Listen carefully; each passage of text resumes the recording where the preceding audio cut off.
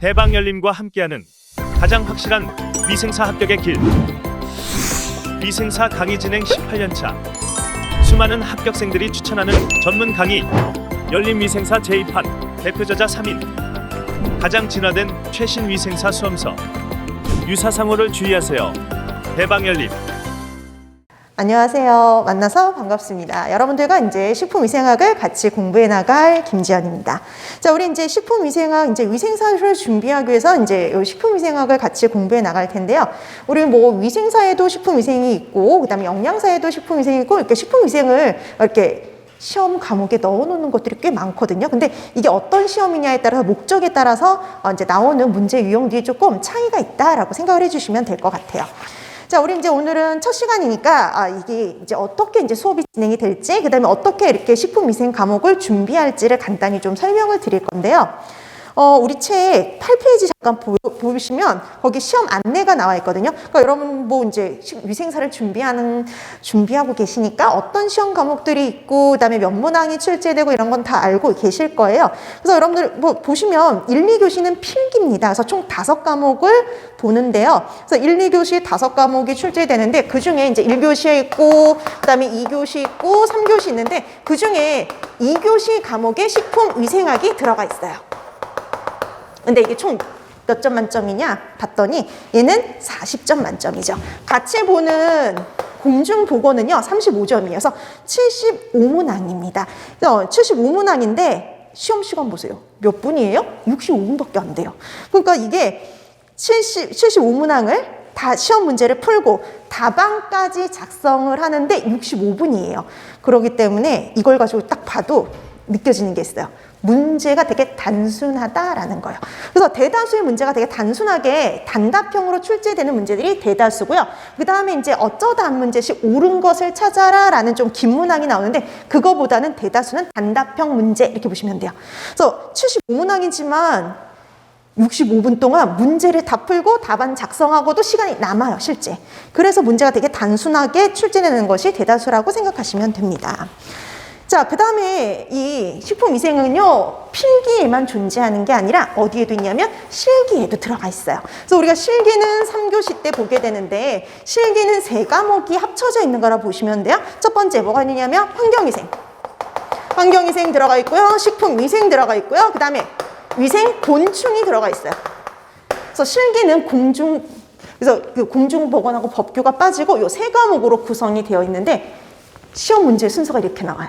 먼저 환경위생 문제 나오고, 그 다음에 식품위생 문제 나오고, 그 다음에 식품위생 문제 끝나면 위생 곤충 이렇게 해서 나와 있는데 시험 이렇게 과목이 분류가 되어 있진 않지만 이렇게 딱 문제를 보면 이게 식품위생 문제인지 환경위생 문제인지를 구분할 수가 있어요. 그 중에서 식품위생 문제는 14문항 출제가 됩니다. 그래서 40문제 중에 14문제는 식품위생 문제 이렇게 생각하시면 돼요. 자, 이렇게 해서 이제 여러분들이 보시면 되는데 1, 2교시 합쳐서 여러분들이 180점이고요. 그 다음에 얘가 40점인데 기본적으로 60% 이상을 맞아야지 합격을 하실 수가 있어요. 그래서 필기 같은 경우에는 108점 이상을, 그 다음에 실기 같은 경우에는 24점 이상을 맞아야지만 합격이 가능해요. 그 다음에 여러분 또 주의할 게 있어요. 이게 108점 이상이어도 각 과목이 40%가 안 되면은 떨어질 수가 있어요. 분명히 나는 180점 만점에 120점인데 왜 떨어졌을까? 각 과목이 40% 이상을 맞아야 되는데 40%가 되지 않았을 때 떨어질 수가 있어요. 근데 그렇게 해서 떨어지는 것보다는 보통 60%가 안 돼서 떨어지는 게 대다수다라고 생각하시면 될 것 같습니다. 자, 그러면 식품위생은요, 필기도 준비하고 실기도 준비해야 된다는 소리가 되는데, 그러면 필기, 실기 준비를 할 때 어떻게 하느냐? 그래서 우리가 보통 필기를 먼저 진도를 나가고요. 그 다음에 실기를 할 거예요. 그래서 우리가 8주, 8주로 구성이 되어 있는데요. 그 중에 6주가 필기예요. 그 다음에 2주 동안 실기를 해요. 그럼 우리가 실기 문제집도 꽤 두꺼운 편인데 2주밖에 안 되냐? 그 내에 다 풀 수가 있는 게 그 이유가 필기와 실기는 완벽하게 다른 공부가 아니에요. 그래서 우리가 필기를 공부하면 무슨 공부도 같이 이루어지는 거냐면 필기 공부도 같이 이루어지는 거예요. 그래서 우리가 필기 공부를 제대로 해두게 되면은 실기는 나중에 그림이나 사진이나 그래프 이런 것들을 확인하면 되는 거기 때문에요. 필기, 실기 공부는 따로가 아니라 같이다라고 생각하시면 돼요. 그러니까 예를 들어서 이런 유형이에요. 예를 들어서 이제 앞으로 공부할 것 중에 뭐 장염 비브리오 균이 나와요. 자, 이 장염 비브리오균 하면은 필기에서는 이런 걸 공부해요. 이 균은 그람 음성의 통성염기성 간균이고, 얘는 봤더니 포자를 만들지 않고, 포자를 만들지 않고, 뭐 예를 들어서 편모는 단모성 편모다. 이런 걸 공부하는 거예요. 그 다음에 얘는 소금을 좋아하는데 3% 염농도를 좋아하는 오염균이다. 이런 식으로 필기에서는 이런 걸 공부를 해요. 근데 이게 실기에서 시험 문제가 나오면 어떻게 나오느냐? 사진이 주어져요. 간균, 막대기 모양에다가 편모가 이렇게 하나 이렇게 주어져 있는 사진이나 그림이 주어지고 이 균이 뭐냐 이렇게 물어봐요. 그러면 우리 여기서 편모 하나밖에 없고 그다음에 간균이다라고 하면 장염 비브리오균을 찾을 수가 있는 거죠. 말로 배우면 필기고요. 이게 사진이나 그림으로 나오면 실기다 이렇게 생각하시면 되는 거예요. 그다음에 여기 3% 호염균이다 이렇게 공부했잖아요. 필기에서는 말로. 근데 이게 실기에 가면은 이쪽이 염농도, 여기다가 균수 이렇게 해서요. 그래프가 이렇게 그려져요. 그리고 여기가 3% 이렇게 되어 있거든요. 3% 염농도에서 제일 잘 증식하는 균이 누구냐 이렇게 물어보는 거예요. 그래서 이렇게 말로 나오면 필기고요. 그래프로 나오면 뭐냐면 실기라고 보시면 돼요. 그래서 필기, 실기 공부가 따로 있는 게 아니라 필기를 공부하면서 실기도 같이 공부한다라고 생각하시면 돼요. 그래서 우리가 필기 공부할 때 잘 공부해두면, 잘 정리해두면 실기는 거의 거저 가져가는 것, 나중에 그림이나 사진만 확인하면 되는 정도라고 생각하시면 됩니다. 자, 그래서 우리 필기를 그래서 좀 더 시간을 많이 투자하는 거고요. 그다음에 이제 실기는 이제 나중에 조금 이제 플러스 알파로 봐야 되는 그림, 사진 이런 것들을 좀 확인하는 정도라고 생각해 두시면 될 것 같아요. 자, 이렇게 해서 우리가 주로 필기 위주로 하고 나중에 가서 이제 실기를 조금 더 플러스 알파로 본다라고 생각을 해주시면 될 것 같습니다. 자, 그 다음에 이제 뭐 우리 합격률을 보면은 거의 40, 50%거든요. 정말 어쩌다 한 번씩 30%가 나오는데 그때는 정말 어렵다라고 느껴질 정도로 보시면 되고요. 보통은 40, 50%라고 보시면 돼요. 그래서 40%, 50% 이 정도 되면 풀만한 상태라고 생각하시면 돼요. 그래서 보통 이제 작년도 그렇고 이제 한 40%, 50% 되면 괜찮았다, 풀만했다라는 말을 주로 하십니다.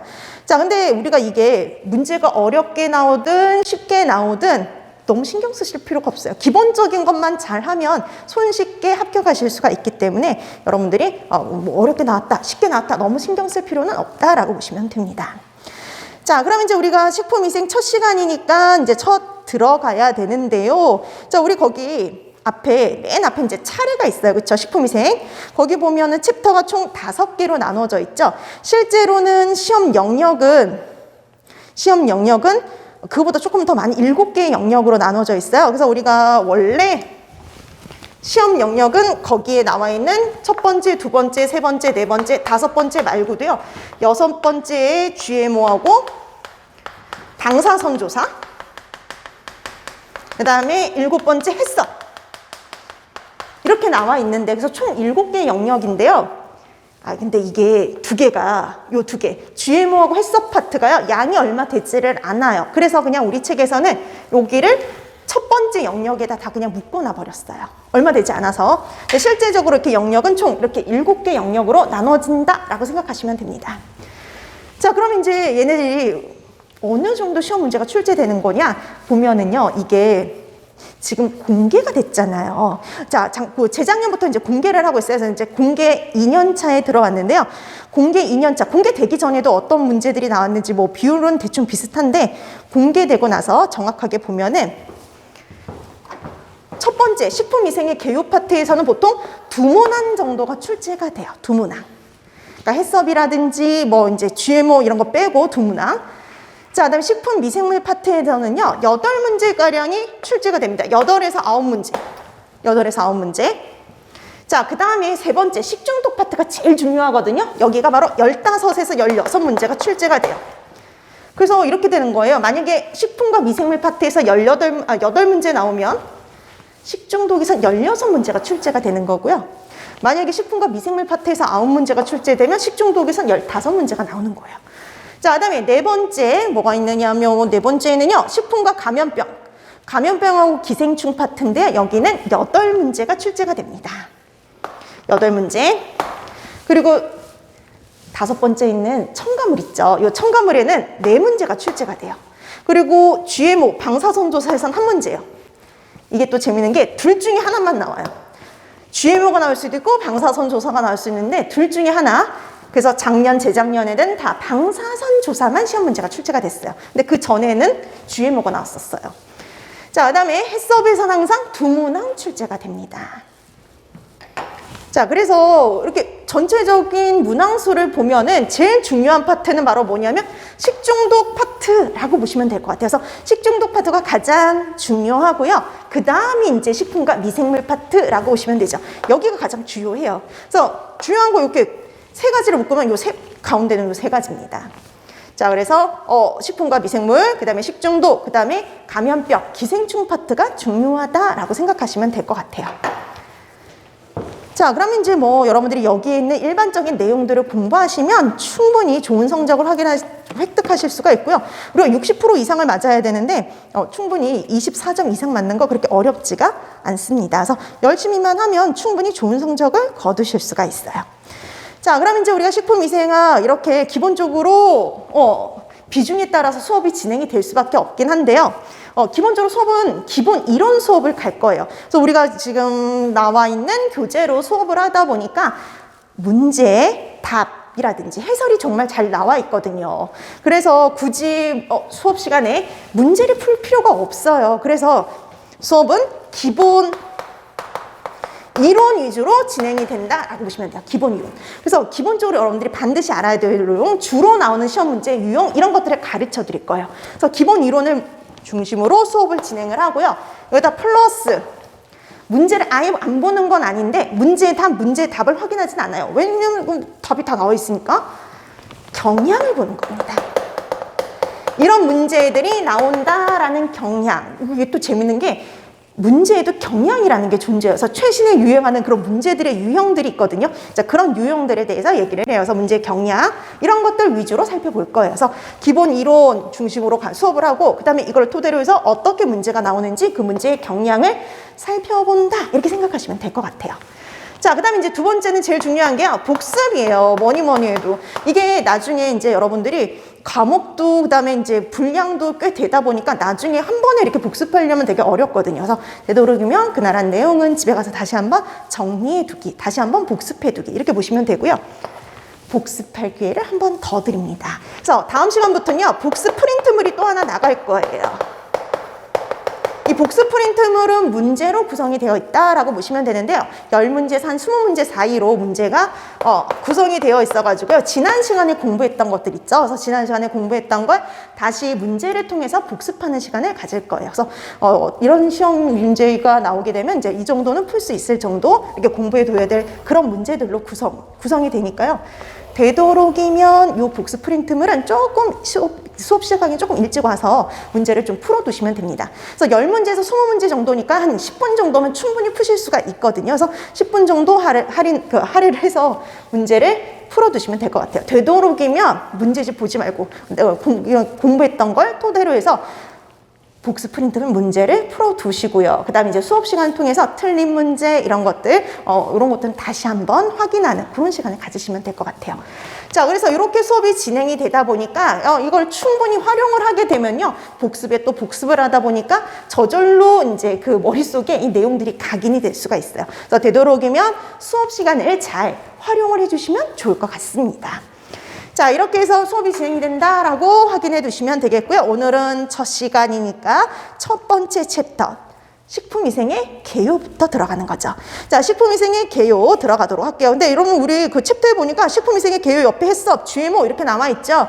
그래서 아까도 말씀드렸듯이 뒤에 있는 내용이 얼마 안 되니까 그 앞에다가 다 묶어놨어요. 자, 그럼 이제 식품위생의 개요 파트 들어가는데요. 여러분 책 422페이지입니다. 자, 422페이지 식품위생의 개요 이렇게 들어갈게요. 자, 그럼 식품위생의 개요 파트가 나오는데요. 여기도 한번 한마디 하고 갈게요. 식품위생의 개요 파트가 우선 식품위생의 개념 잡는 것부터 시작하죠. 정의, 그 다음에 위의 요인, 그리고 독성검사. 크게 보면 이거예요. 그래서 식품위생의 개요 파트는 크게 보면 정의, 위의 요인, 독성검사 이렇게 나눌 수가 있는데 개요 파트에서 아까 2문제 출제된다 그랬죠. 그래서 보통 여기서 한 문제, 정의하고요. 식품위생의 정의와 위의 요인 파트에서 한 문제, 그 다음에 독성검사에서 한 문제 이렇게 출제가 돼요. 보통 요즘에 계속 이렇게 출제가 된 편이었어요. 자, 그래서 정의에서 시험 문제가 나올 적엔 위의 요인에서 안 나오고요. 위의 요인에서 시험 문제가 나올 땐 정의 파트에서는 시험 문제가 출제되지 않습니다. 그래서 보통 이렇게 해서 2문항으로 구성되어 있다라고 보시면 돼요. 자, 그러면 본격적으로 봐야 되는데 식품위생의 먼저 정의부터 확인을 합니다. 자, 식품위생의 정의, 식품의 정의부터 나와 있는데 근데 이 식품의 정의는 그냥 참고적으로만 보시면 될 것 같아요. 자, 식품 이거는 의약품으로 섭취하는 것을 제외한 모든 음식을 말을 해요. 그래서 이게 어디에 나와 있는 정의냐면 식품위생법에 나와 있는 정의예요. 그래서 모든 음식물이 식품이다 이렇게 보시면 되는데요. 그중에 의약품으로 섭취하는 거, 의약을 목적으로 섭취하는 건 제외된다라는 정도 읽어두시면 돼요. 읽어두기. 자, 본격적인 건 식품위생의 정의와 관련된 거죠. 자, 그래서 본격적으로 식품위생의 정의 들어가는데요. 그럼 여기서 중요한 건 뭐냐? 말 그대로 정의를 알아두는 거예요. 기본적으로 여기서 반드시 알아둬야 될 정의는 WHO의 정의와 식품위생법에 나와 있는 정의. 이렇게 보면 돼요. 자, 그런데 우리 거기 정의를 봤더니 이렇게 되어 있죠. 어원부터 나와 있어요. 이걸 넣어둔 이유가 있어요. 이거 딱 한 번 나온 적 있어요. 딱 한 번.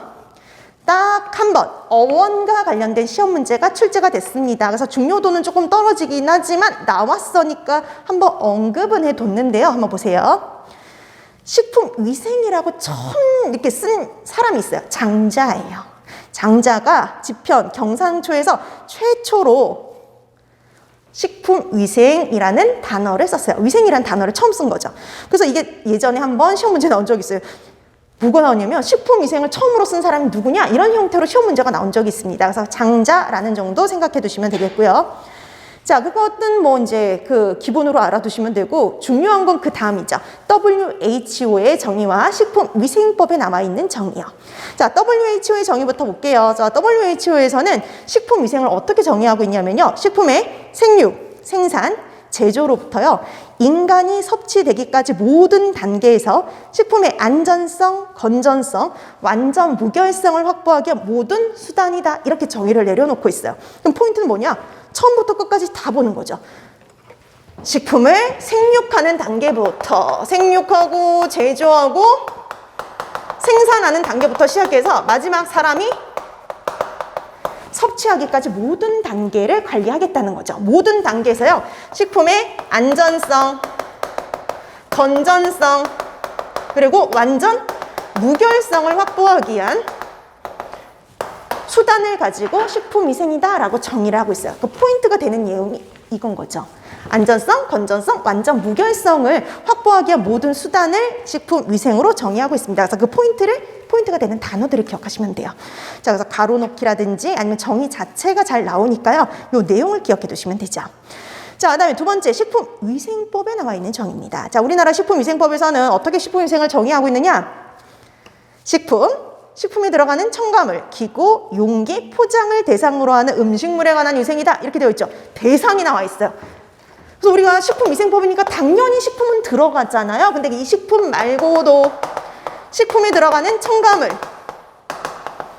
그 다음에 이런 식품을 담는 기구, 용기, 포장까지가 다 식품위생의 대상이다. 그래서 여러분들이 여기서 기억할 거 대상. 그래서 여기서 나오면 이제 대상인 것과 아닌 것을 구분하는 문제가 나오는 거죠. 그래서 여러분 왜 이제 앞으로 식품위생법 법규 공부하실 거거든요. 법규에 보면 이런 표현 되게 잘 나와 있어요. 식품 등. 그래서 법규에 식품 등이라고 표시되어 있는 건요, 생략이 된 거죠. 뭐가 생략되느냐? 식품 첨가물, 기구, 용기, 포장이 생략이 된 거예요. 그래서 식품위생법에서는 항상 기본이 식품, 식품 첨가물, 기구, 용기, 포장이 기본이다라고 보시면 돼요. 자, 이렇게 해서 여러분들이 식품위생법에서는 대상을 잘 정리해 두시면 되겠습니다. 자, 그 다음에 거기다 플러스 식품위생의 목적이 나와 있는데 이것도 식품위생법에 나와 있는 목적이에요. 자, 식품위생법에 식품위생의 목적을 뭐라고 얘기하냐면 식품으로 인해서 생기는 위생상의 위해를 방지하고요. 식품 영양의 질적 향상을 도모함으로써 식품의 올바른 정보를 제공해서요, 국민 보건 증진에 이바지하는 걸 목적으로 합니다. 그래서 이게 위생사에선 나온 적은 없는데 영양사에서는 또 이 문제가 나온 적이 있거든요. 다음 중 식품위생의 목적이 아닌 것은 이런 형태로요. 그래서 식품위생의 목적 봐두시는데요. 이거는 솔직히 이제 위생에서 나오기보다는 법규에서 나와요. 법규. 그래서 식품위생 법규에서는 식품위생의 목적이 나올 수 있으니까 이거는 법규에서 봐두시면 될 것 같습니다. 우리 쪽에서는 읽어만 두시고. 자, 그 다음에 이제 봐야 될 게 바로 위해 요인이요. 지금 이게 2020년, 2021년 다 위해 요인에서 시험 문제가 출제가 됐어요. 2019년에도 위해 요인에서 시험 문제가 출제가 되었는데 이거는 분류하는 문제가 나옵니다. 분류. 우리가 식품에 위해가 될 만한 요소를 세 가지로 분류를 해요. 어떻게 분류하느냐? 내인성, 외인성, 유기성, 이렇게 분류하는데 이걸 분류하는 시험 문제가 출제가 돼요. 다음 중 내인성 찾아라, 외인성 찾아라, 유기성 찾아라, 이런 형태로 출제가 돼요. 다 시험 문제에 나왔던 유형들입니다. 자, 그러면 하나씩 가는데요. 우선 먼저 내인성부터 보도록 할게요. 자, 내인성은 식품 자체에 함유되어 있는 유독, 유해 성분을 말을 해요. 이거 뭐예요? 식품 자체에 들어있는 성분, 이렇게 보시면 돼요. 누가 집어넣은 것도 아니고 중간에 만들어진 것도 아니고 식품 자체에 원래 들어있는 성분, 이렇게 보시면 되는데 가장 대표적인 게 자연독들이요. 식물성, 동물성, 자연독. 그래서 우리 나중에 뒤에 가면 식중독에서 자연독 공부할 거거든요. 그런 식물성, 동물성, 이런 자연독들이 여기 들어간다라고 보시면 돼요. 그래서 여러분, 이 식물성 자연독의 가장 대표적인 애가 바로 뭐 있어요? 독버섯의 독성분. 독버섯의 독성분이요. 그 다음에 감자 싹이 난 데에도 독성분 있죠. 감자 싹이 난 데에 들어있는 솔라닌, 이런 것 등이 대표적이에요. 식물성 식품에 들어있는 거. 그 다음에 아미그달린 같은 시한배당체들, 이런 것들이 대표적이에요. 그래서 이런 것들이 원래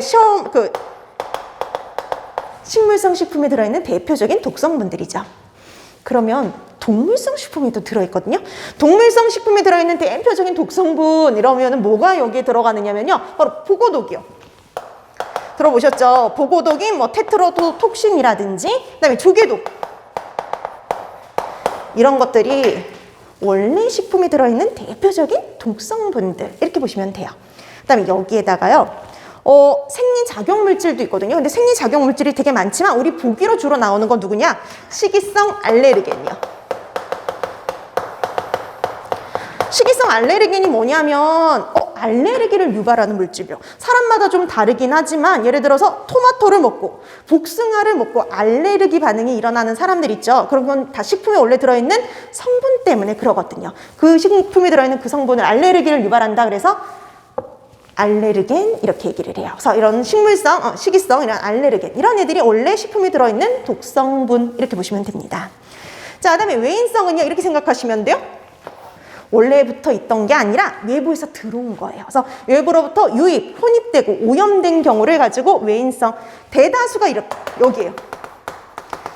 대다수가 외인성이다. 그래서 여러분 이게 재밌는 게 내인성하고 유기성을 구분을 하면 나머진 다 외인성이에요. 나머진 다 외인성이라고 생각하시면 돼요. 그래서 우리 나중에 화학성 식중독에서 공부하는 거 다 여기에 해당이 되고요. 그다음에 일반적인 식중독 다 여기에 해당이 돼요. 그래서 미생물도 다 여기에 해당이 돼요. 미생물. 그래서 미생물이라는 게 원래 식품에 들어있는 게 아니라 오염이 되는 거거든요. 그래서 세균이나 바이러스나 아니면은 곰팡이 이런 미생물들. 그다음에 기생충. 그래서 식중독균, 감염병균 같은 이런 미생물뿐만 아니라 기생충도 들어오는 경우죠. 외부로부터 들어오는 오염되는 경우. 그 다음에 또 뭐 있을까요? 우리가 뭐 대표적으로 나와 있는 뭐 화학성 유해물질들, 화학성 식중독에서 공부하는 것들 다 여기에 해당이 된다라고 보시면 돼요. 그래서 미생물, 기생충, 그다음에 우리가 화학성 식중독에서 나중에 공부할 것들이 다 여기. 그래서 유해 금속이라든지 뭐 농약이라든지 방사성 물질이라든지 외부에서 오염될 수 있는 건 다 여기에 해당이 된다라고 생각하시면 됩니다. 그 다음에 마지막 유기성이 있거든요. 이 유기성 되게 특이한 건데요. 유기성은 어떤 애들이 유기성이냐면요. 얘는 분명히 내인성은 식품 자체에 들어있는 거죠. 얘는 외부로부터 들어온 거죠. 그럼 둘 중에 아무것도 아닌 애가 하나 있는데 이게 어떤 경우냐면 중간에 만들어지는 경우예요. 우리가 식품을 제조하거나 가공하거나 뭐 가열하거나 저장하는 과정 중에 생성되는 물질을 유기성 이렇게 표현을 합니다. 그럼 이런 유기성 유해 요인의 대표적인 게 뭐냐면요. 산화유지요. 산화된 유지. 우리 신선한 기름에는 없는데 유지가 산화가 되면요. 과산화물 같은 유해물질들이 만들어져요. 자, 그 다음에 또 어떤 것들이 대표적이냐. 보기로 어떤 것들이 또 잘 나오냐면요. 벤조피렌. 얘 보기로 잘 나와요. 그럼 벤조피렌이란 건 뭐냐면요. 탄 음식이요. 여러분 왜 갈비 구워 먹을 때 숯불에 갈비 구워 먹으면 음식이 잘 타죠. 양념 때문에. 이런 탄 음식에서 발생하는 발암성 물질이 있는데요. 이렇게 가열하는 과정 중에 생기는 거예요. 그게 바로 벤조피렌. 자, 그 다음에 또 어디에 들어있는 게 있느냐. 우리 감자 좋아하세요? 감자 튀길 때도 유독물질이 만들어져요. 아크릴 아마이드. 자, 감자 같은 애들을 고온으로 조리할 때 만들어지는 유독물질, 아크릴아마이드. 그래서 우리 뭐 맥도날드나 이런 데 파는 그런 감자튀김 만들 때 이런 애들 많이 만들어지죠. 아크릴아마이드 같은 애들. 자, 그 다음에 또 어떤 애가 있냐면 여러분 햄에도요 발암성 물질이 만들어질 수 있어요. 그래서 햄, 그 다음에 뭐 베이컨 이런 거 제조할 때 만들어지는 발암성 물질인 니트로사민. 그 다음에 술, 알코올 발효할 때도 독성분이 만들어지거든요. 알코올 발효 시에 만들어지는 메탄올. 이런 애들이 대표적인 유기성 유해 요인들이에요. 그래서 아크릴 아마이드, 벤조피렌, 산화된 유지, 니트로사민 다 보기로 나왔던 애들이라고 보시면 돼요. 자, 그래서 이런 것들이 나오면 유기성 유해 요인. 그 다음에 식물성, 동물성, 자연독, 그 다음에 식이성 알레르겐이 나오면 내인성. 그 외에 거의 대다수는 외인성이다. 외부로부터 오염되는 경우다. 라고 분류를 해두시면 돼요. 자, 그래서 이런 유해 요인과 관련해서는 이렇게 분류 문제가 주로 출제된다. 라고 생각해 두시면 되겠습니다. 자, 이렇게 해서 우리가 먼저 식품위생의 정의와 식품의 유해 요인들을 봤고요. 그 다음에 이제 봐야 될 게 바로 독성 검사예요. 자, 이게 우리 아까 말씀드렸죠. 이 독성 검사는 단독으로 한 문제가 출제가 돼요. 반드시 여기서 한 문제가 출제가 되는데, 그럼 이제 독성 검사와 관련해서 그럼 이제 뭘 공부해야 되느냐? 용어들을 좀 알아두셔야 돼요. 용어. 자, 그래서 두 번째 이제 여러분들이 세 번째 공부할 거 독성 검사. 자, 독성 검사는 일반 독성 시험하고요. 특수 독성 시험이 있는데 여러분 시험 문제는 주로 요거에 나와요. 일반 독성 시험이요. 일반 독성 시험. 자, 그럼 일반 독성 시험에 해당이 되는 게 세 가지가 있습니다. 기간에 따라서 나누는데요. 실험 기간에 따라서 급성, 아급성, 그리고 만성 독성 시험으로 나눠진다라고 보시면 돼요. 급성, 아급성, 만성으로요. 그 다음에 그걸 제외한 나머진 다 특수 독성 시험이에요. 그래서 보기 이런 거 나와요. 변이원성 시험, 발암성 시험, 그 다음에 뭐 최기영성 시험. 이런 이름이 나오면 특수 독성 시험이구나 라는 정도 구분하시면 됩니다. 구분하기. 자, 근데 우리가 주로 여러분 시험 문제 나오는 거 요 일반 독성 시험인데요. 여기 세 가지를 구분하시면 돼요. 주로는 급성 독성 시험에서 가장 문제가 많이 나오긴 하지만 그래도 요 세 가지를 다 알아두시면 돼요. 구분해 두시면 됩니다. 자, 급성 독성 시험은 시험 물질을 실험 동물에게 딱 1회 투여해요. 한 번 투여해서 1, 2주 독성을 검사하는 거예요. 자, 그래서 거기 보이듯이요. 시험 동물에게 1회만 비교적 다량을 투여해서요. 딱 1, 2주 그 독성의 영향을 관찰하는 시험이라고 보시면 돼요. 이렇게 단기간 하기 때문에 우리가 급성 독성 시험 이렇게 얘기를 하는 거죠. 자, 그래서 시험 문제는 항상 간단해요. 실험 동물에게 시험 물질을 1회 투여해서 그 독성의 영향을 평가하는 시험이 뭐냐? 이렇게 보통 나옵니다. 이렇게 몇 번 나왔는데요. 그럼 당연히 뭐겠어요? 급성 독성 시험. 이렇게 보시면 돼요. 딱 한 번만 투여하는 거는요, 이거밖에 없어요. 딱 한 번만 투여하는 거 급성 독성 시험 보고요. 그 다음에 기간이 딱 어때요? 엄청 짧죠? 그래서 급성이에요. 그래서 급성 독성 시험 이렇게 보시면 됩니다. 자, 그래서 이렇게 우리가 1회 투여해서 1, 2주간 얼마나 독성이 강한지 그걸 검사하는 게 급성 독성 시험인데, 그러면 이런 급성 독성을 표현할 때 쓰는 애들이 있어요. 급성 독성을 표현할 때 어떤 걸 가지고 표현을 하느냐? 반수치사량. 그 다음에 반수치사 농도. 그 다음에 한 가지 더. 최소치사량. 이렇게 세 가지를 가지고 표현을 할 수 있어요. 그래서 우리가 1, 2주 독성 영향을 평가를 해서요. 그 독성을 반수치사량, 반수치사 농도, 최소치사량으로 표현할 수가 있는데요. 주로는 어떤 표현을 쓰냐? 일반적으로 요걸 씁니다. 아마 요 이름은 제일 많이 들어봤을걸요? 반수치사량으로 표시를 해요. 반수치사량. 자, 그래서 우리가 이것도 시험 문제에 나온 적 있어요. 급성 독성의 주요 표현법은 이렇게 나온 적도 있어요. 급성 독성의 주요 표현법 반수치사량 이렇게 보시면 됩니다. 우리 이 반수치사량을 뭐라고 쓰기도 하느냐? LD50이요. 약자로 LD50 이렇게 쓰기도 해요. 그래서 LD50 반수치사량 이런 뜻이에요. 자, 그래서 여러분들이 급성 독성 시험에서 하나 또 기억할 거 LD50을 기억해 두기. 반수치사량. 요거에 대해서 알아두시면 돼요. 반수치사량. 그래서 급성 독성 시험에서 문제가 나오면은 이걸 자체를 물어보는 거거나 아니면 LD50을 물어보는 문제라고 보시면 돼요. 작년에 요 LD50을 물어보는 문제가 출제가 됐어요. 자, LD50은 반수치사량 이렇게 보시면 되고요. 말 그대로 생각하시면 돼요. 실험 동물의 50%를 사망시킬 수 있는 양입니다. 자, 그래서 실험 동물의 50%를 사망하는 양을 동물의 체중 킬로그램당 미리그램 수 내지는 그램 수로 표시한 거예요.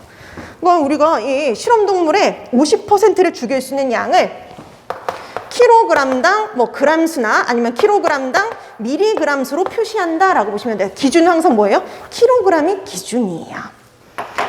자, 그 다음에 우리 또 보면은요, LD50을 구하기 위한, 우리가 예를 들어서 A라는 물질이 있고 B라는 물질이 있는데 우리가 얘네들의 LD50을 구해봤어요. 자, 이 A라는 물질은 LD50이 1이에요. 그다음 B라는 물질은 LD50 100이 나왔어요. 그럼 이건 무슨 의미냐? A라는 물질은 1만 있어도 실험동물의 절반을 죽일 수 있다는 소리고요. 자, 근데 그에 비해서 B라는 물질은 100이 있어야지만 실험동물의 절반을 죽일 수 있어요. 그럼 누가 더 독성이 강한 거냐면요. 조금만 써도 절반을 죽일 수 있는 A가 훨씬 독성이 어때요?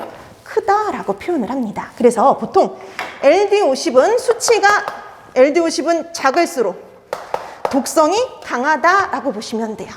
자, 그래서 LD50은요. 수치가 낮으면 낮을수록 독성은 강해지는 거예요. 그래서 수치가 작을수록 조금만 써도 절반을 죽일 수 있는 거니까 수치가 작을수록 독성이 강한 것이다 라고 기억을 해두시면 됩니다. 자, 그래서 LD50 반수치사량의 의미, 그 다음에 이건 수치가 작을수록 독성이 강하다라는 뜻이라는 거 알아두시면 될 것 같아요. 자, 그 다음에 악업성에서는 되게 간단히 알아두시면 돼요. 얘는 동물 수명의 10분의 1입니다. 그래서 동물 수명의 10분의 1 정도를 독성 검사를 하는 거 이렇게 보시면 돼요. 그래서 힌지로 따지면 1 내지 3개월 정도라고 보시면 되죠. 그럼 이거 딱 중간에 끼었어요. 급성은 1, 2주 보죠? 그다음에 만성은 아까 보니 만성은 장기가 갔는데 보통 1, 2년이에요. 근데 얘는 어중간하죠. 그래서 이 악읍성은 실제 만성 독성 시험 들어가기 전에 하는 예비 시험 성격을 갖고 있다라는 정도만 알아두시면 돼요. 자, 그래서 악읍성은 동물 수명의 10분의 1 정도, 그다음에 만성 독성 시험의 예비 시험의 성격을 갖고 있다라는 정도만 알아두시면 됩니다. 그 정도만. 자, 그다음에 이제 마지막 만성이죠. 자, 만성은 시험 물질을요, 소량씩 투여하는 거예요. 소량씩 장기간 1, 2년을 투여를 해가지고요, 독성 영양을 평가하는 것이라고 보시면 됩니다. 그래서 장기간 투여한다 이 말이 나오면 만성 독성 시험 이렇게 보시면 될 것 같아요. 그래서 실험 동물을 소량씩 장기간 1, 2년 투여해서요, 어떤 장애, 중독이 일어나는지를 평가하는 것 이렇게 보시면 되죠. 그러면 여기도 시험 목적이 있어요. 우리 아까 보니까 급성 독성 시험은요, 뭘 구하는 게 목적이냐? LD50을 구하는 게 목적이었죠. 자, 만성 독성 시험은 뭘 구하는 게 목적이냐? 최대 무작용량. 만성 독성 시험은 최대 무작용량을 구하는 게 목적이다. 이렇게 기억하시면 돼요. 최대 무작용량. 그 최대 무작용량이라는 게 뭐냐면 동물이 평생 동안 먹어도 아무런 영향이 나타나지 않은 일일 최대 투여량을 의미를 해요. 그럼 이게 최대 무작용량을 구하는 이유가 있거든요. 이 최대 무작용량을 가지고 또 구해지는 게 있어요. 이거는 동물을 대상으로 한 거잖아요. 근데 이런 동물의 대상 말고 사람을 대상으로 하는 값이 있어요. 이런 최대 무작용량을 구하는 목적이 바로 ADI를 구하기 위해서요. 그래서 여러분들이 또 하나 ADI를 기억해 두셔야 돼요. 우리가 만성 독성 시험을 해서 최대 무작용량을 구하는 게 목적이 있어요. 이유가 있어요. 필요도 없는데 구하지는 않겠죠. 뭐 구하는 데 하기 위한 거냐면 ADI 이렇게 보시면 돼요. 요 ADI 우리말로 하면 일일 섭취 허용량.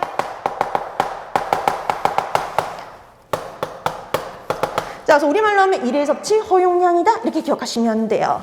일일 섭취 허용량. 근데 문제 되게 쉬워요. 이것도 시험 문제 나왔어요. 2019년인가?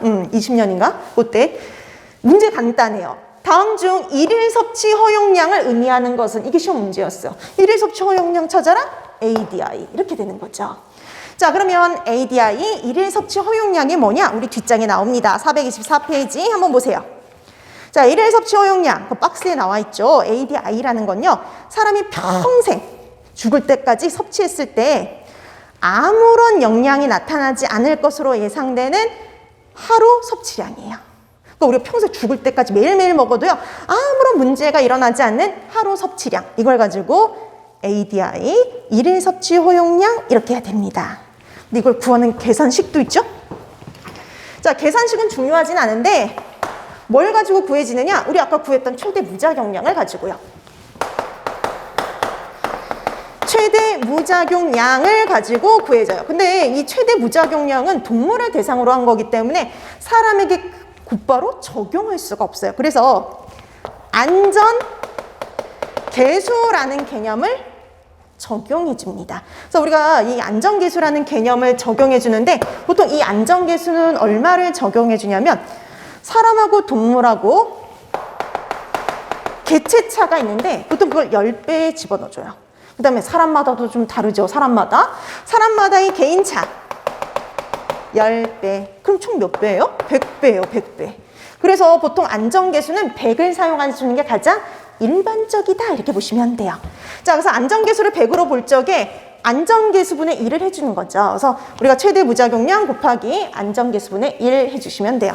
근데 책에 따라서 이렇게 표현하는 책도 있어요. 최대 무작용량 곱하기 그냥 안전계수 이렇게 이렇게 되어 있는 책도 있어요. 근데 이때는 수치가 100이 아니라 100분의 1로 들어가 있는 경우 이렇게 보시면 돼요. 그래서 보통은 다 이렇게 표현을 합니다. 그래서 안전계수분의 1 이렇게 얘기를 해줘요. 그래서 우리는 그것까지는 안 나오는데 혹시나 모르니까 한번 얘기를 하고 넘어가는데요. 혹시, 이건 정말 혹시예요. 혹시 최대 무작용량과 안전계수를 주어지고 ADI를 계산해 보세요. 이렇게 나올 수가 있죠. 자, 예를 들어서 동물의 최대 무작용량이 2g per kg이었다. 그다음에 항상 안전계수는 얼마 주느냐? 100을 줘요. 다른 값을 준 적이 없어요. 안전계수는 100이다. 이랬을 때 뭐 ADI를 구하세요. 그러면은 뭐 이거죠. 간단해요. 2g per kg 곱하기 100분의 1. 안전계수분의 1을 해주면 되죠. 자, 이렇게 해주면 계산을 하면 앞으로 두 칸만 가면 되니까 0.02g per kg이 되죠. 그래서 kg당 0.02g까지 먹을 수 있다. 평생 이렇게 먹어도 문제가 안 된다. 이렇게 결과값이 나오죠. 그래서 계산하라는 문제는 나온 적은 없지만 혹시나 모르니까 한번 자, 그래서 이렇게 계산하는 공식도 존재한다라고 보시면 되는데 위생사 문제에서는 딱 여기 정도까지밖에 잘 안 나와요. 그냥 개념 물어보는 거예요. 그래서 약자 물어보는 거 은근히 잘 나옵니다. 그래서 LDOC, 그다음에 ADI 얘네들이 뭘 의미하는지를 잘 파악해 두시면 될 것 같아요. 자, 이렇게 해서 여러분들이 독성 검사에서는요, 이런 것들 위주로 시험 문제가 출제가 돼서 보통 여기 내에서 시험 문제가 출제된다라고 봐두시면 될 것 같습니다. 자, 그 다음에 이제 우리가 여기까지 해서 한 문제 그래서 두 문제 정도가 출제가 되고요. 그 다음에 해썹이 나와 있는데 해썹에서 두 문제가 출제가 돼요. 아까도 말씀드렸듯이 해썹에서 항상 꼬박꼬박 두 문제가 출제가 되고 있어요. 자, 그러면 해썹과 관련된 내용 보도록 할게요. 자, 해썹 하면 이게 우리말로 무슨 뜻인지를 알아두셔야 되는데 제가 아까 말씀드렸죠. 이렇게 약자 물어보는 시험 문제가 종종 출제가 된다고? 그럼 이렇게 물어볼 수도 있어요. 식품안전관리 인증 기준을 의미하는 것은 이렇게 나올 수가 있어요. 그래서 식품안전관리 인증 기준이다 그러면 해썹 이렇게 봐두시면 되죠. 자, 해썹은 원래 약자예요. 길게 말하면 하자드 어널리시스 크리티컬 컨트롤 포인트 이렇게 얘기를 해서요. 예전에는요, 얘가 이렇게 불렀어요. 하자드 어널리시스 크리티컬 컨트롤 포인트 이렇게 해서요. 위의 용소 중점 관리 기준 직역을 해서 이렇게 얘기를 했었어요. 몇 년 전까지만 해도. 근데 이거 이름이 어떻게 바뀌었느냐 하면 직역이 아니라 번안을 해서 안전관리 식품 안전관리 인증 기준으로 바뀐 거죠. 자, 그래서 우리 영어는 바뀌지가 않았는데 이거를 번역하는 말이 바뀌었다라고 보시면 돼요. 그래서 예전에 위의 요소 중점관리 기준에서 안전관리 인증 기준으로 바뀌었어요. 그래서 지금 현재는 안전관리 인증 기준이다 이렇게 봐두시면 됩니다. 자, 그러면 안전관리 인증 기준 하면은요, 거기 마크도 나와 있죠. 그래서 식약처 해썹 마크 보면 이렇게 생겼어요. 그래서 이렇게 인증을 받은 곳은 이렇게 해썹 마크를 부착할 수 있도록 하고 있다라고 보시면 됩니다. 자, 그러면 우리 해썹의 정의부터 나와 있는데 정의는 한번 읽어두시면 돼요. 자, 식품의 원료 관리 및 제조, 가공, 조리, 소분, 유통의 모든 과정에서요. 유해한 물질이 식품에 섞이거나 아니면 식품이 오염되는 것을 방지하기 위해서 각 가정의 유해 요소를 확인, 평가해서 중점적으로 관리하는 기준 이렇게 되어 있죠. 포인트가 되는 단어가 있어요. 원료 단계부터 마지막 유통되는 단계까지 모든 과정을 관리한다는 거. 모든 과정. 자, 그래서 모든 공정이 관리 대상이에요. 자, 그 다음에 위해 요소가 들어가는 걸요. 방지한다 그랬잖아요. 이거 사전에 방지합니다. 선조치의 개념이에요. 그래서 해썹의 특징은요. 예전에 있던 이런 위생체계와는 좀 다른 특징이 바로 모든 공정이 관리 대상이고요. 그다음에 선조치의 관리 방법을 착용하고 있다라고 보시면 돼요. 자, 그래서 특징 모든 공정을 다 관리하고 선조치의 관리 방식이다라고 보시면 돼요. 그 일이 터지고 나서 관리에 들어가는 게 아니라요. 처음부터 아예 사전에 차단하는 제도 이렇게 보시면 되죠. 자, 그 다음에 이런 해썹이 어떻게 구성이 되어 있느냐 보시면은요. 해썹은요. 이렇게 구성이 되어 있어요. 이렇게 나눠지는 거예요. 해썹. 하자드 어널리시스와 CCP로요. 하자드 어널리시스 그러면 위해 요소 분석이에요. 위해 요소 분석과 그다음에 CCP 크리티컬 컨트롤 포인트 중요 관리점으로 구성되어 있다 이렇게 보시면 돼요. 그래서 봤더니 해석은 별게 아니라 HA하고요 CCP로 구성되어 있는 거예요. 자, 그래서 위해 요소 분석 그리고 중요 관리점 CCP로 구성이 되어 있죠. 그래서 위해 요소 분석은요 생물학적, 화학적, 물리적 위해 요소를 말 그대로 분석해내는 거. 그 다음에 중요 관리점은요 위해 요소를 예방하거나 제거하거나 허용 수준 이하로 감소시킬 수 있는 공정이나 단계요. 그러니까 우리가 중점적으로 관리할 지점이라고 보시면 돼요. 자, 그 다음에 해썹 지원 프로그램이 있는데요. 요건 한번 읽어두시면 돼요. 자, 우리 해썹은 이걸 제대로 실행하려면요. 먼저 시설과 설비를 갖추고 있어야 돼요. 그 다음에 위생관리가 제대로 되고 있어야 되는데 그래서 요렇게 피라미드가 구성이 되어 있죠. 우리 책에 보니까 해썹을 제대로 실행하기 위해서는요. GMP, 여건하에서 SSOP를 준수함으로써요. 해썹을 제대로 실행할 수가 있어요. 그래서 요 GMP하고 SSOP 또 약자 나오죠? 이게 무슨 뜻인지 알아두시면 돼요.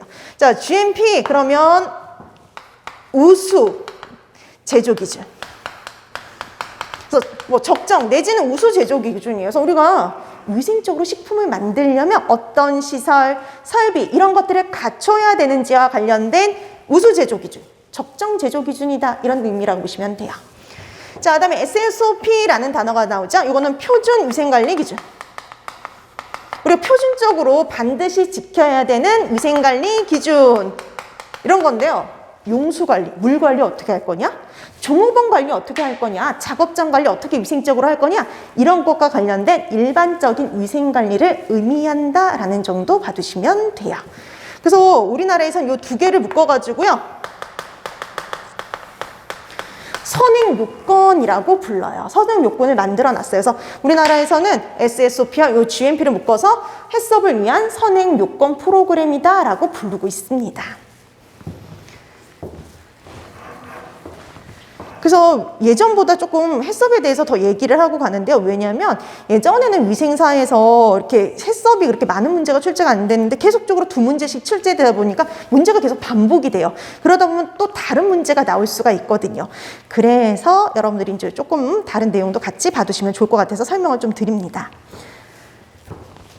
여러분 이 해썹은 어디서 처음 시작이 됐냐면 이렇게 처음부터 모든 공정을 관리를 하고요. 사전에 위해가 될 만한 요소를 완전히 방지를 해서 식품의 안전성을 확보하기 위한 것이잖아요. 그래서 이건 처음 시작이 우주인들을 위해서였어요. 나사에서 우주인을 위한 정말 안전한 식량을 개발하기 위해서 처음 시행이 된 게 바로 해썹이었다라고 보시면 돼요. 그래서 제일 먼저 시작한 나라 미국이요. 그래서 이거는 뭐 우리 쪽이 위생사에서는 안 나왔지만 영양사 시험에서 나온 적이 있어요. 해썹을 처음으로 적용한 나라가 어디냐? 이렇게 해서 시험 문제가 출제가 되는데 미국이에요. 미국 나사에서 가장 먼저 적용을 했다라고 보시면 됩니다. 그래서 최초로, 그러니까 이게 최초가 또 종종 나와요. 그래서 최초로 적용한 거 미국 이렇게 보시면 되겠습니다. 자, 그 다음에 이제 제일 중요한 게 남았어요. 바로 절차요. 여러분 이 절차 시험 문제는 정말 잘 나오는 시험 문제 중에 하나라고 보시면 돼요. 거의 매년 나오다시피 해요. 작년에도 나오고 재작년에도 나오고 맨날 한 문제는 절차에서 한 문제는 또 다른 데서 이렇게 보통 나와요. 그래서 하나는 절차, 하나는 뭐 개념 문제, 뭐 용어 문제, 뭐 정의 문제 이런 것들이 주로 출제가 됩니다. 그래서 한 문제 정도는 반드시 절차 문제가 나오는데 그래서 여러분들이 해썹의 절차 정확하게 알아두셔야 돼요. 제일 중요한 것 중에 하나입니다.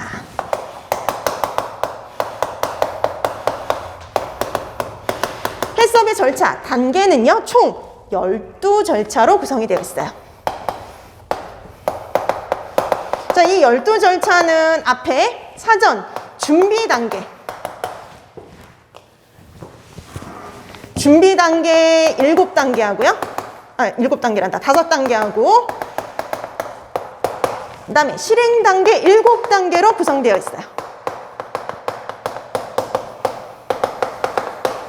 우리 그 그림 밑에 나와 있죠. 해썹은 전 세계가 다 똑같아요. 코덱스 기준에 따라서요. 준비 단계 5단계와 실행 단계 7단계로 구성이 되어 있어요. 총 그래서 12절차로 구성이 되어 있고요. 이 실행 단계 7단계가 특히 더 중요해요. 실행 단계 이 7단계가 바로 해썹의 바로 7원칙이거든요. 그래서 여러분 많이 들어보셨을 거예요. 해썹의 7원칙. 그게 바로 실행 단계 7단계를 의미를 하는 겁니다. 그래서 순서 나오더라도요. 보통 이게 특히 잘 나와요. 실행 단계와 관련된 거. 그래서 원칙 두 번째 원칙이 뭐냐? 네 번째 원칙이 뭐냐? 첫 번째 원칙이 뭐냐? 아주 잘 나오는 시험 문제 중에 하나예요. 그래서 원칙의 순서 알아두는 거 기본. 자, 그 다음에 여러분 이걸 두 개를 또 나누는 시험 문제가 나와요.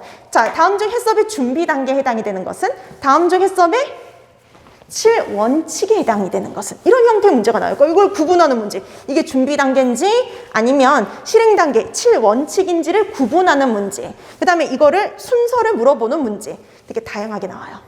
그 다음에 작년 시험 문제는 준비 단계 있잖아요. 준비 단계를 순서대로 나열하세요 라는 시험 문제가 나왔어요. 그래서 여러분 순서 알아두는 건 기본 중에 기본이다 라고 보시면 돼요. 자, 그래서 요 12절차는 정말 매년 나오는 시험 문제이기 때문에 반드시 순서를 기억해 두셔야 돼요. 자, 그럼 이제 순서 기억하는 방법. 자, 우리가 이제 해썹을 시행하려고 해요. 그럼 제일 먼저 뭐 해야 되느냐? 해썹 팀을 구성하는 거예요. 팀 구성해야죠. 자, 그래서 우리가 제일 먼저 하는 건 팀 구성하기. 이렇게 보시면 되고요. 팀 구성했죠. 그 다음에 이제 우리가 어떤 식품에 대해서 이 해썹을 적용할 거냐? 제품 설명서 작성하는 거예요. 자, 그래서 두 번째, 해썹 팀 구성한 다음에 그 다음에 제품 설명서 작성하는 거. 그래서 우리가 만약에 조스바다 라고 하면 그 조스바에 대한 설명서를 작성하는 거예요. 빈과류고 여기 어떤 성분들이 들어가고 어떻게 제조되고 하는 제품 설명서를 작성하는 거. 자, 그 다음에 세 번째, 제품의 용도 확인하는 거. 이거 누가 먹을 거냐? 어떻게 먹을 거냐? 용도 확인하는 거 세 번째. 그 다음에 네 번째는요, 얘가 만들어지는 절차를 기록하는 거예요. 그걸 가지고 우리가 공정 흐름도라고 얘기를 해요. 자, 그래서 공정 흐름도를 작성하는 게 네 번째. 근데 정말 이게 내가 기록한 공정대로 정말 공장에서 만들어지는지 현장에 가서 확인을 해야 돼요. 자, 그래서 마지막이 현장 확인입니다. 그래서 공정 흐름도 현장 확인. 이게 바로 준비 단계 5단계입니다. 그래서 준비 단계 5단계 이렇게 기억을 해두시면 되죠. 자, 그 다음에 이제 실행 단계 7단계로 구성이 되는데 이렇게 준비 단계가 다 끝나면 직접 실행하는 7원칙이 시작이 되죠. 근데 여러분 7원칙의 순서는 우선 이렇게 생각하면 돼요. 우리 아까 이렇게 됐었잖아요. 두 개 나눠요. 먼저 뭐예요? HA부터. 우리 HA가 첫 번째 원칙이에요. 유해 요소 분석이요. 자, 그래서 첫 번째 원칙은 유해 요소 분석. HA. 그럼 두 번째는 뭐가 나올 거야? CCP요. 그래서 CCP 결정하는 거. 자, 그래서 CCP를 설정하는 거. 중요 관리점 설정. 이 두 번째. 그러니까 어디를 중점적으로 관리할지 지정하는 거예요. 자, 그래서 CCP 결정했죠. 그럼 얘를 어떻게 관리할 건지 한계 기준을 설정하는 게 세 번째. 이렇게 보시면 돼요. 얘 어떻게 관리할 거냐? 기준 마련하는 거. 그러니까 예를 들어서 우리가 중요 관리점을 가열 공정으로 선택했어요. 가열만 잘하면 미생물을 다 사멸시킬 수 있거든요. 그래서 우리가 중요하게 관리할 지점을 가열 단계로 지정을 했어요. 그럼 가열 어떻게 관리할 거냐? 몇 도로 가열할 거냐? 그 기준을 마련하는 게 한계 기준 설정. 그 다음에 네 번째, 그럼 이 기준을 잘 지키고 있는지 확인해야 되잖아요. 그게 바로 감시하는 거, 모니터링이에요. 자, 그래서 모니터링 체계를 확립하는 게 네 번째 원칙. 이렇게 보시면 되고요. 감시했어요. 감시했는데 기준에서 벗어났거든요. 이런 기준에서 벗어났을 때 하는 조치, 개선 조치 방법을 결정하는 게 5번째 원칙. 자, 그 다음에 6번째하고 7번째는 요거하고 좀 관련 없는 건데 6번째는요. 우리가 이거 해썹을 제대로 현장에서 실행하고 있는지 정말 효과가 있는지 1년에 한 번씩 검증을 해요.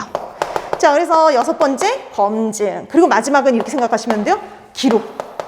맨 마지막 기록하면 끝난다. 이렇게 보시면 되죠. 그래서 이것도 순서를 기억할 때 여러분들이 스토리를 만드는 거예요. 그래서 이거 HA, 그 다음에 CCP, 이거 어떻게 관리할 거냐? 기준 마련하기. 그 다음에 기준 잘 지키고 있느냐? 감시하기, 모니터링. 자, 그 다음에 모니터링 했는데 감시했는데 벗어났어요. 그럼 조치 취해야 되죠? 그럼 5번째 조치. 그럼 제대로 하고 있는지 검증하고 마지막은 기록이다. 이렇게 해서 스토리텔링을 해서 기억을 해두시면 돼요. 자, 이렇게 해서 순서 기억하는 건 기본 중에 기본. 그래서 매번 이렇게 순서 문제는 잘 나오는 문제 중에 하나서 지금 몇 년째 계속 순서 물어보는 문제 출제가 되고 있으니까요. 여러분들이 꼭 순서 기억해 두시면 될 것 같아요. 자, 그 다음에 이제 용어와 관련된 게 나오는데요. 이 용어도 잘 나오는 문제 중에 하나입니다. 그래서 절차에서 하나 나오면, 단계에서 하나 나오면 하나는 용어에서 시험 문제가 출제가 돼요. 그 용어와 관련된 거는 조금 쉬고 나서 본격적으로 들어가도록 할게요.